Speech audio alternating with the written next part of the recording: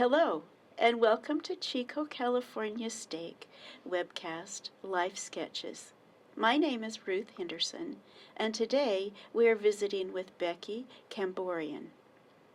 Welcome, Becky. Thank you. Glad you're here. Let's start right off and tell us where you were born and raised. I was born and raised in Paradise, California. I was born in the Feather River Hospital, and I am the third child out of four to my parents, Brent and Janine McKay, and they have lived in Paradise for a long time, and I lived there until I went away to college. Okay, so do you have siblings? I do. I have an older brother who's about 6 years older. His name is Matt, and an older sister who's about 1.5 years older, and her name is Amy, and a younger sister who's 4 years younger. Her name is Rachel. Great. So tell us some of the activities or things that you were interested in during school. So I grew up loving the outdoors, loving my childhood, being very involved with school, with activities, sports, family.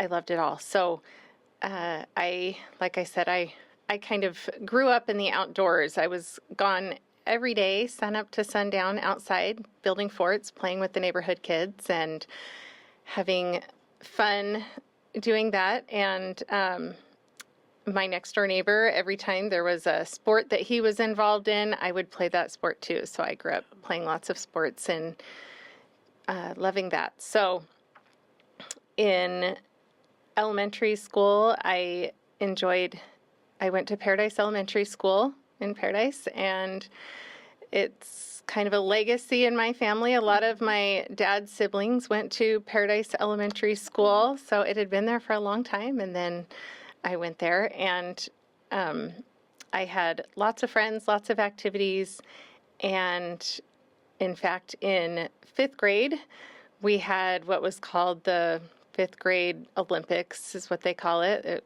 The school went K through 5, and I was elected for my class to do the decathlon because I, did a lot of sports and was very active outside, and so I ended up doing that. And so in the decathlon, we were asked to do different events and different sports, and I ended up winning the events in the sports for the 5th grade and for our class, and so that just kind of catapulted me into this kind of career, as you would say, of playing sports the rest of my years in middle school and high school.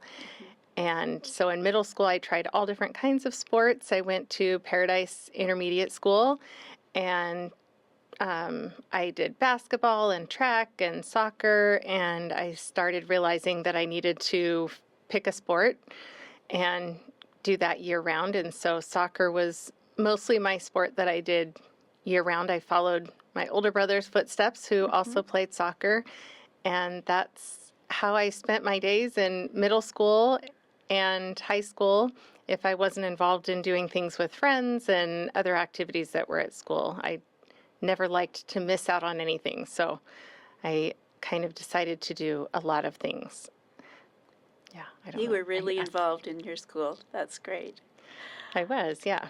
So in high school, like I mentioned, I was very busy with sports, but I also wanted to do all the things. So I did student government and ran for junior class president, and I did choir, and we traveled everywhere and sang in different things. So if I wasn't spending time with friends and with sports, I was doing other school activities and trying to do all of the things, and was able to do homecoming and be in the homecoming court. And so I had a lot of fun in high school. Those are very fond memories of friends and doing lots of things in church. I was the Laurel class president for a while, and so I just enjoyed doing all of the things.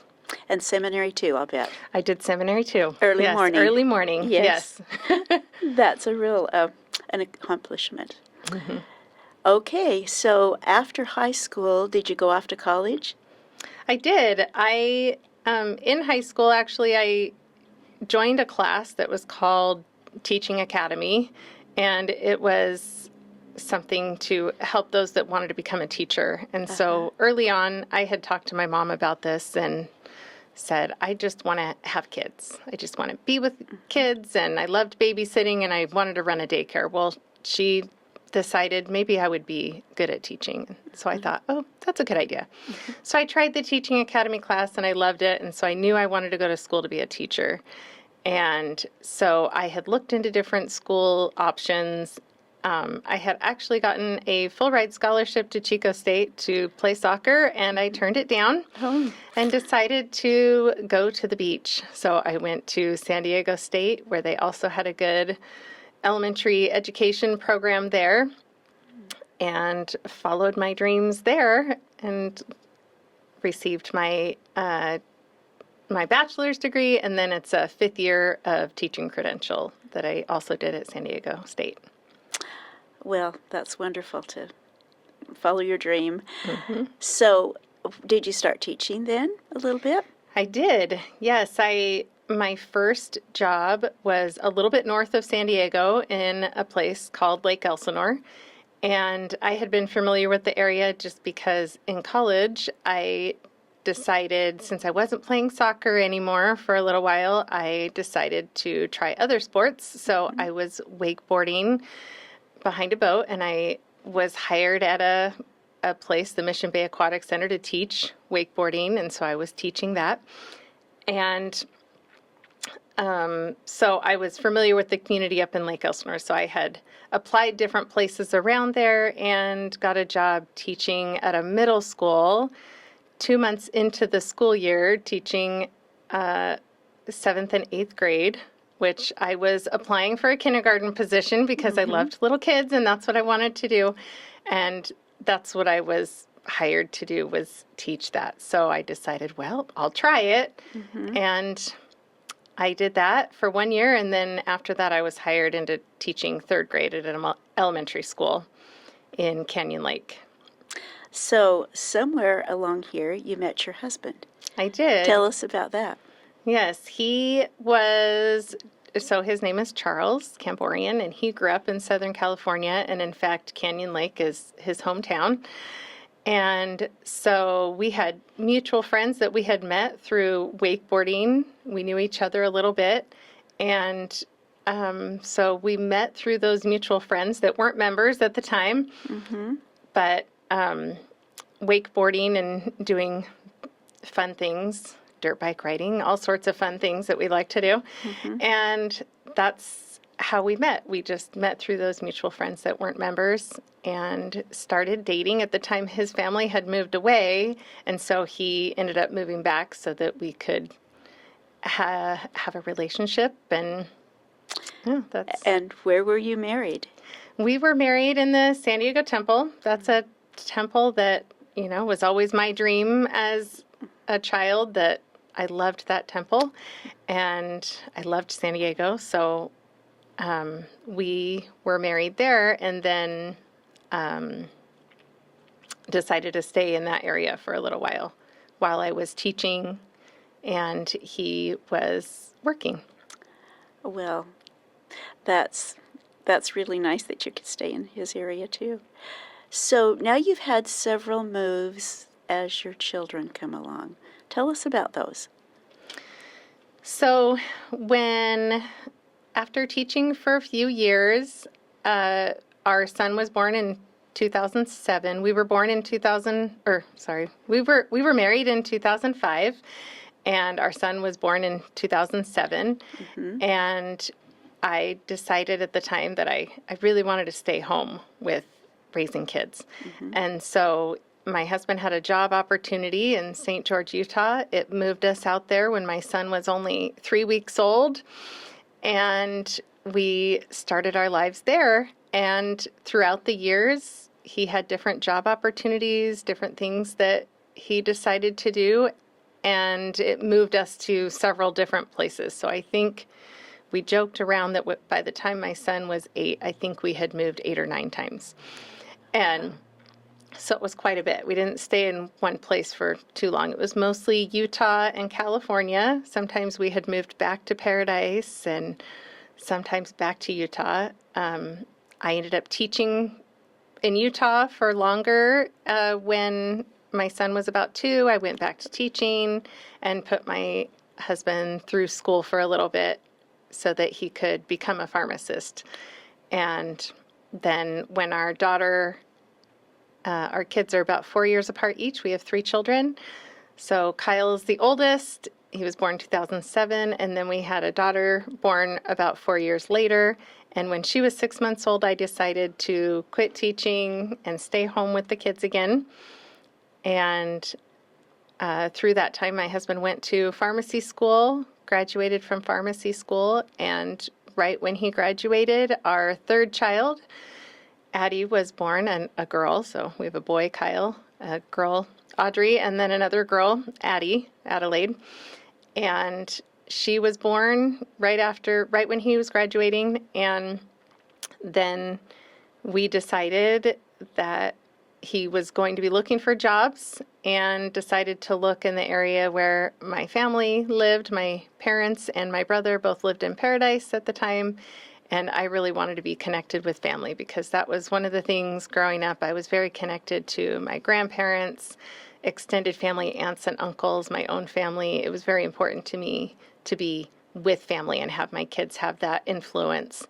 And so he applied for jobs at different places and ended up calling one of the places in Paradise, and they hired him over the phone. So right after he graduated and my youngest was born, I think she was 3 months old, and we moved to Paradise, California to be closer to family. And that was his first job too, as a pharmacist. And that's what brought you back to this area. Mm-hmm. So tell us, how old are your children now?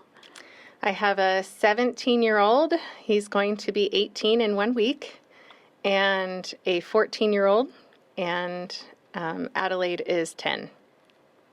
Nice size. Mm-hmm. Nice ages, too, to do fun things with them. Yep, it's busy. Yes, sounds like it. So you put to work, to good use, your education. Tell us what you're doing now with your family.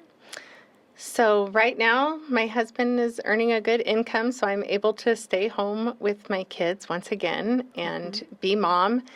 And I am, even though I taught for 9 years total out of all of those years of back and forth, and now I'm kind of using that to homeschool.